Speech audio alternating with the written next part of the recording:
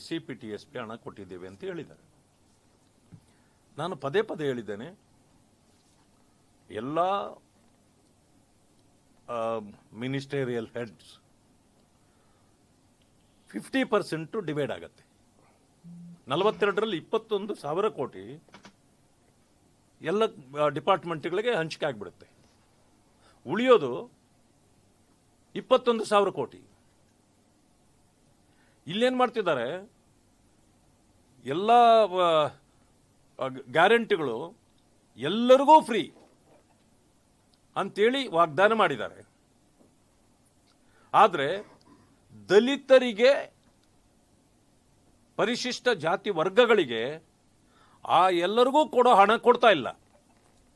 ಇದನ್ನು ನಾವು ಕೇಳಿದ ತಕ್ಷಣವೇ ಅವರು ಹಾರಿಕೆ ಉತ್ತರ ಕೊಟ್ಕೊಂಡು ನಿಮ್ಗೆ ಗೊತ್ತಿಲ್ಲ, ನೀವು ಸುಮ್ಮನೆ ರೀ ಅಂತಾರೆ ಹೊರತು ಅದನ್ನು ಹೇಳಲಿಕ್ಕೆ ಅವರಿಗೆ ಸಾಧ್ಯವೇ ಇಲ್ಲ.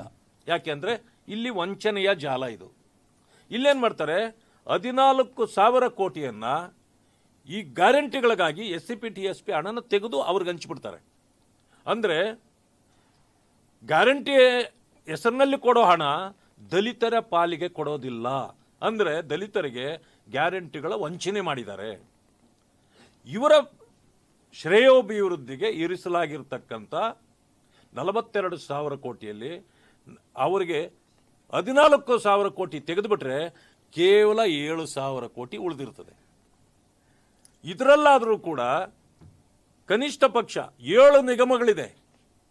ಒಂದೊಂದು 1,000 ಕೋಟಿ ಆದರೂ ಕೊಟ್ಟರೆ ಆ ಜನರು ಬದುಕ್ತಾರೆ, ಒಳ್ಳೇದಾಗ್ತದೆ. ಬೇಡ, 500 ಕೋಟಿ ಕೊಟ್ಟರು ಎಷ್ಟೋ ಜನರು ಉದ್ಧಾರ ಆಗ್ತಾರೆ. ಮನೆಗಳು ಕಟ್ಟಕ್ಕೆ ಕೊಡ್ಬೋದು, ಮೈಕ್ರೋ ಲೋನ್ ಕೊಡ್ಬೋದು, ಮ್ಯಾಕ್ರೋ ಲೋನ್ ಕೊಡ್ಬೋದು, ಅದಾದಮೇಲೆ ಕಾರ್ಗಳು ತೆಗೆದುಕೊಳ್ತಕ್ಕಂಥದ್ದಕ್ಕೆ ಕೊಡ್ಬೋದು, ಆಮೇಲೆ ಫೀಸ್ಗಳು ಕಟ್ಟಲಿಕ್ಕೆ ಇದು ಬೇರೆ ಬೇಕಾದಷ್ಟು ಸ್ಕೀಮ್ಗಳಿದೆ, ಅದು ಕೊಡ್ಬೋದು. ಕೊಡೋದಿಲ್ಲ ಅವರು.